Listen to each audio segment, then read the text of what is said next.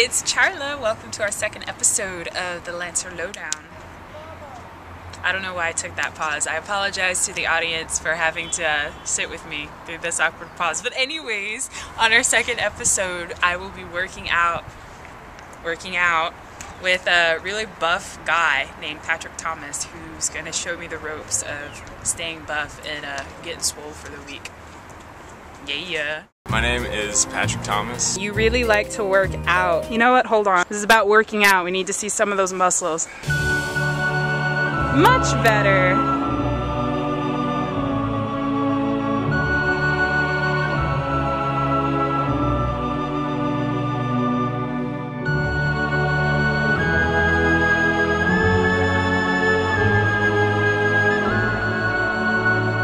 What are some of your favorite activities in the gym? Or out of the gym? Things that involve my whole body. I don't really like to lift too much weight. The whole body. Because I like to do stuff that my body could naturally do, such as running, pull-ups, push-ups, sit-ups, and like things for my core. Because I feel like lifting weights is going to possibly assist in damaging my joints and my muscles more than they already are. So you're really concerned about your body then? I'm concerned about its safety because I want it to work all throughout my life. It's time to work on the abdominal muscles and the back and this whole general vicinity. You know what I'm saying? Strong core is about the most important thing you can have, because without a strong core, you're kind of weak in the middle. And so you do this for about a minute, hold it for a minute. Or as long as you can hold it. Or as long as you can. A minute's usually plenty.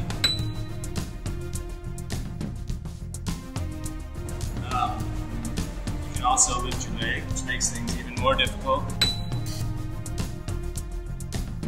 And then you can get over to your side, get this region right here, your obliques. This is another thing you hold for about a minute or so. The last 15 seconds, you can drop it down. And then you can switch sides. Do the same thing. And then, before you can do that. Yeah.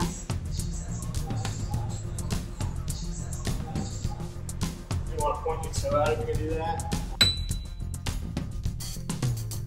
Or just drop it down in. Do your back. Just kind of get your chest and your back. All that. This one feels the least helpful, but I think it does something.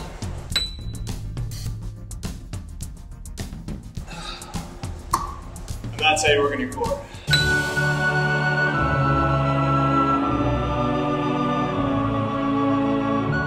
We call this section of the show Man on the Streets, or in my case, Whoa Man. Welcome.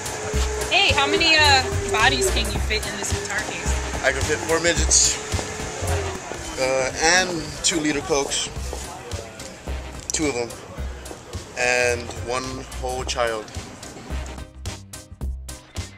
Can you smell what I'm smelling right now? Gingerly? No. So who holds the key to your heart? The person who fell in love with me. Oh, that's sweet and kind of unexpected. So this is Jesse. Hi. Hi. Jesse. I'm from San Francisco. So Really? yeah, be nice to me. Are you telling me something? Ooh, I'm from San Francisco. I'll do things to you. Whoa man on the street. Welcome back to Lancer Lowdown. I am here today with Donald Brinegar, the director of Chamber Singers. So Mr. Brinegar, how long has Chamber Singers been about? Well, let's see. Chamber Singer was started in 1964, and I replaced that teacher in 1979. So I've been here since then, 32 years directing the ensemble. Wow, that's a long time. It is a long time.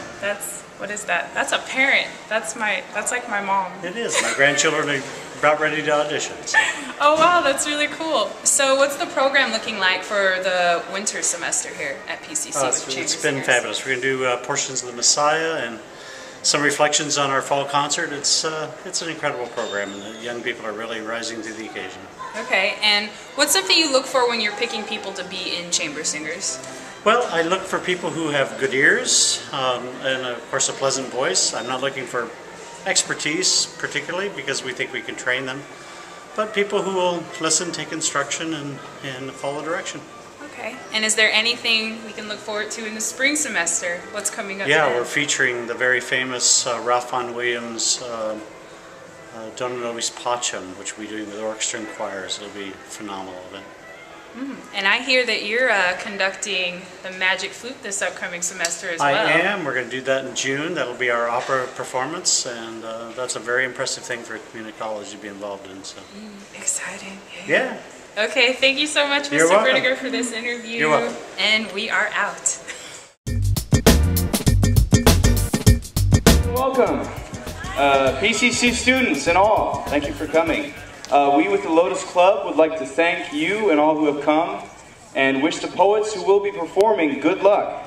Lotus Club is a club for poets, English literature majors, bookworms, and anyone interested in any of those things. This is our very first poetry slam for this fall semester. First contestant is Linda Tovar. So I'd like to thank everyone for coming out. This is a really good turnout. This is really exciting. And thank you. This one's titled, Do What You Mean. The days surely pass, and without a glance to the past, I return to a place that calms my nerves. It's that stage in your life when you know that nothing is right, and you think that it's the end of the world. I wish to see that passion that used to be, that's disappeared in the thin air that we breathe, hand in hand to fight the good fight, so then that we can finally believe that what is good has survived from being bruised, torn, and raped, that this good has escaped. Together in solidarity, although a rarity, we must not forget the commonalities that we all share. For we are a race of humans, different in skin, height, weight, and preference. We like, we take, we give and hate. We share more than we think we know. And ask for change when we already have it in our coin purse. The hopes are disguised lies, for if we mean what we say, then why not just do? I am not hopeless, I just hope less. Thank you.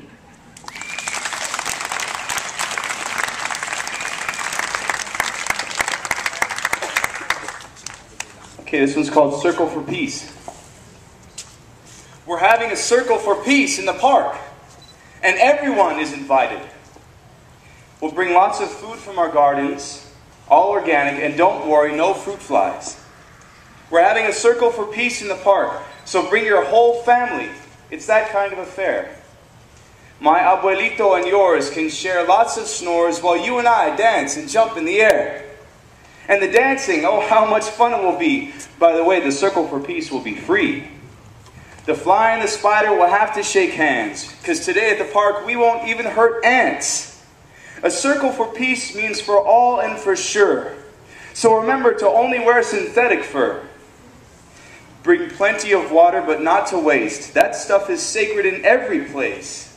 When you come, bring your songs and your struggles too, for all to see and for all to hear. For when we share, that's how we get through. That's how we make peace across the sphere.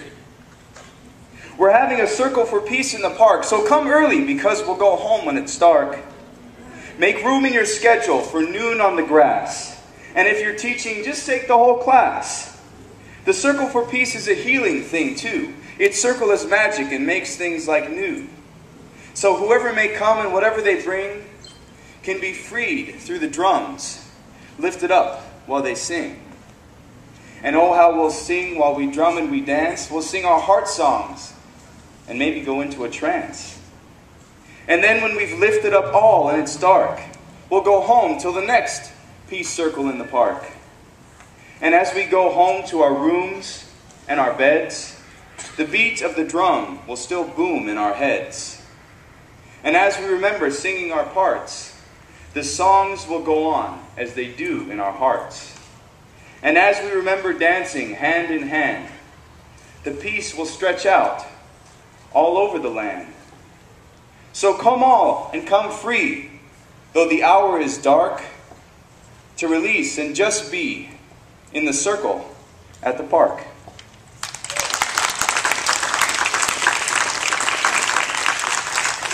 Okay, our next poet is Emma Ho.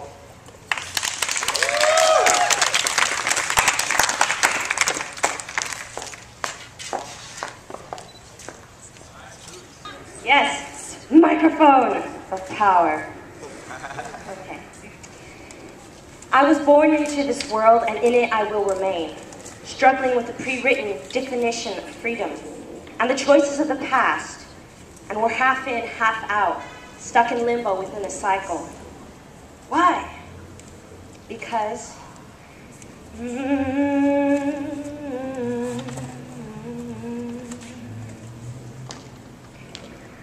someone whispered every night in their ringing ears, playing a cruel game with the working man's fears. And it said, I am convention, I am the one that says no, I am the deceptive voice that tells you where to go. I'm the weather when you didn't save for a rainy day, the higher power telling you what to do and say. You cannot love this person, only rich can buy their dreams. I never said it was an easy pleasure being free. And there's only the sword and shield left, forgotten while we heave heavy upon a glass wall. And you can see through it. You can see, she loves this woman and he loves that man. That person is a nobody, but he wants to be someone in this land. And they have a right to choose what God is, and we will build foundations in faith where the Spirit moves us. We see a world of color where I am not defined by a shade of minority, to be part of and apart from the whole. Then the voice comes into my head. Then it tells me to stand.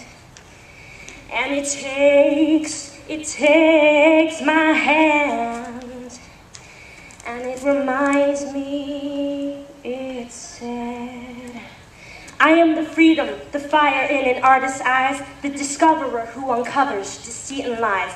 I'm the woman who chose to be a mother mild, and I won't let this nightmare create an empty child. I'm the man who crossed the line and made a home where his children won't let origins define their souls. I'm the quilt made from every nation's broken flag. I'm the love that stops the hate before it moves to stab. I'm the person who holds a hero in uniform. I don't bother with why they went because they're finally home. I'm the new voice, so come and sing with me. Take up a sword and shield and shatter that glass wall with me. Because I can do better. So you can do better.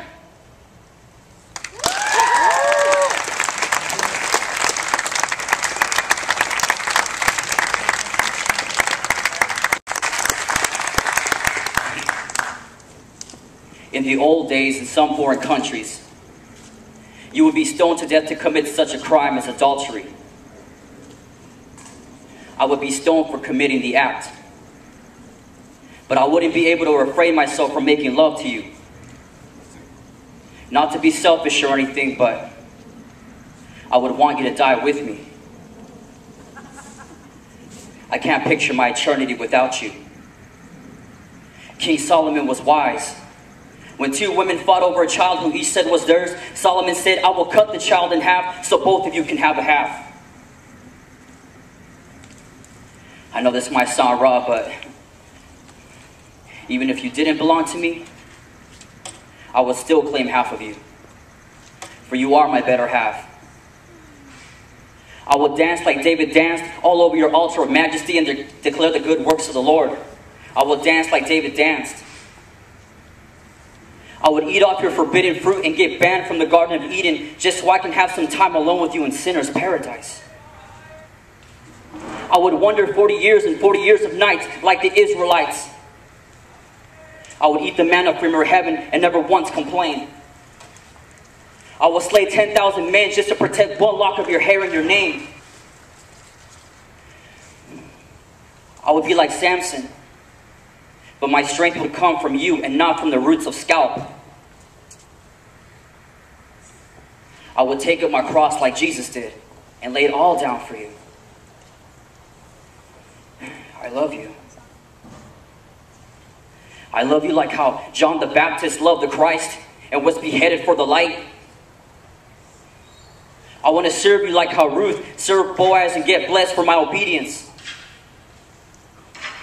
I want to make love to you like how the sun makes love to the earth's crust in morning. Be silent like a hummingbird while I eat the nectar from your yearning. You swallowed me like the fish that swallowed Jonah. You made me pray for air. You left me without any wind to spare. I love it when you chastise me while I'm enjoying your bites of lustful intimacy. I am not the great I am, but I feel unstoppable like God Almighty when you are around. I will dance like King David did. You just make me so happy. So watch me dance like David danced. Just watch me dance while I give a burnt offering of love to the one who made this possible. Thank you, Lord, from up above. Thank you for my Eve, my concubine of many, the only one, believe me, that is more than plenty. Lucifer fell by trying to be higher than you. I fell and followed him just so I may touch her, embrace her, kiss her, and taste her. Forgive me, Father, for I have sinned. It's just that I've never been this in love before. I love so deeply, so madly in love.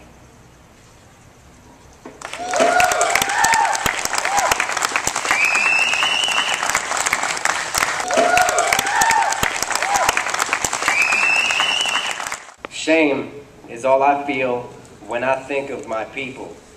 My sad, sorry people, whose fucking force in this world is feeble, and whose presence in society is like a deep hole, because we've embraced the step right on top of me role. Goddamn scabs upon my soul. I used to be proud of us when I was young. I used to proudly say I'm from the people of the sun, but back then I was really just dumb, and now I'm fucking done.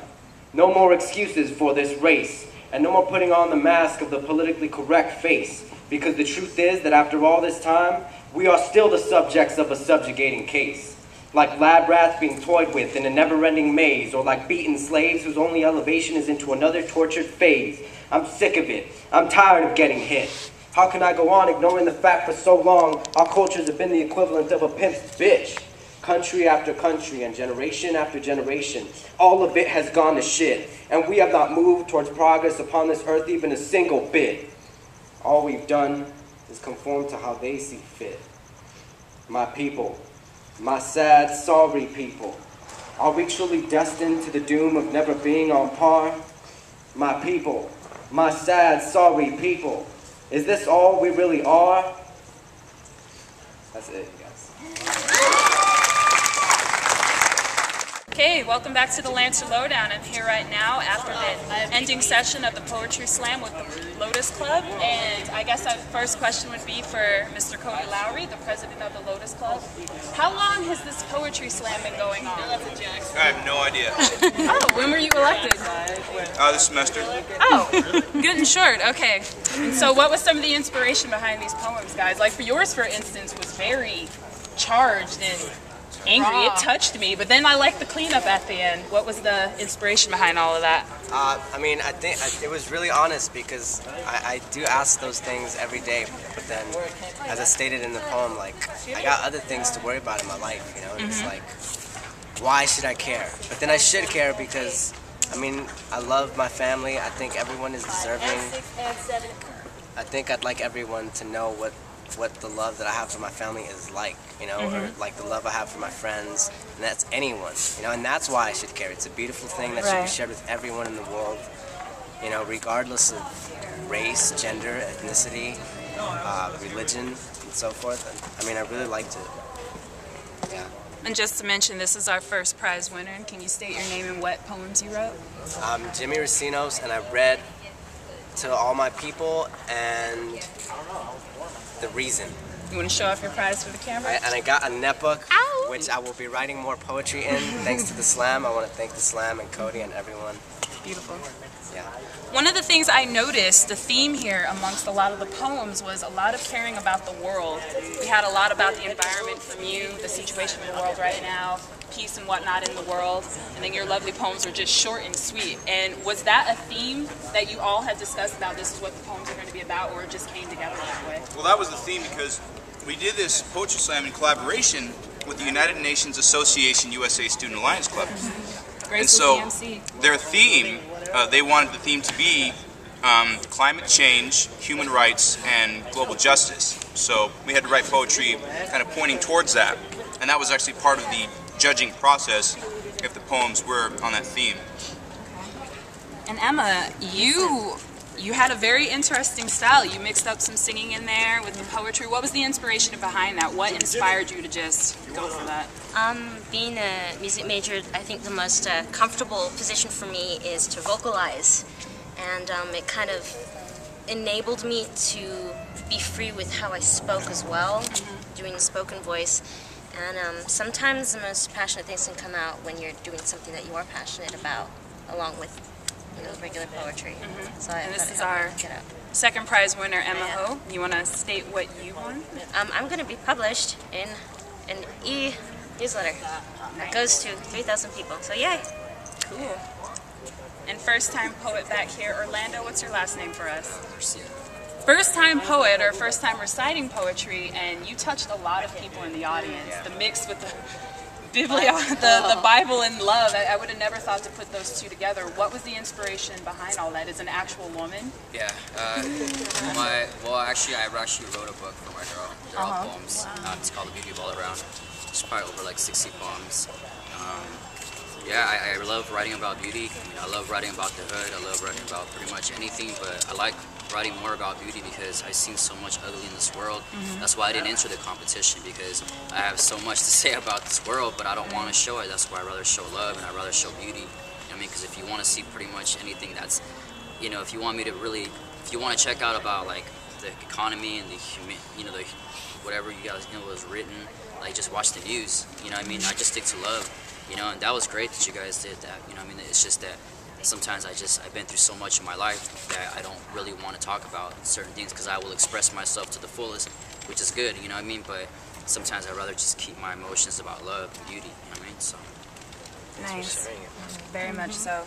And we have our fourth prize winner here. What's your name, hon? Linda Tovar. She wrote some awesome poetry, and I liked hers. Nice, short, sweet, to the point. So what was the inspiration behind your poems? I think the inspiration behind them had to do a lot with how I participate in the world and how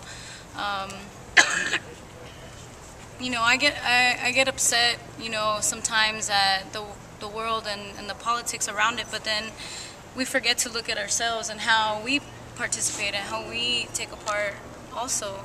And so I guess to answer your question, that's the little background behind where I started to go with the two poems that I chose for today. Yeah. Back here we have two of our judges. I guess the last one kind of ran away. Could you state your names and how you got involved with the Lotus Club? My name is Bojana Bellacosa, and I'm a member. I've been participating in the Lotus Club since this semester a few weeks ago. And I have a television show entitled Spending a Little Time with Poetry. And I've invited all of the winners to be on my television show to read their poetry. So I think that's going to be wonderful. I'm very proud of all of the poets. I enjoyed their subject matter and their stage presentation, which is very important. So I think, they're going to do very well. They're very, very excellent poets. I'm very proud of them. Thank you very much. Okay, and you, sir, back there? My name is Fiori, and I'm the faculty advisor for the UN Club, so as part of the host. I'm a biology teacher.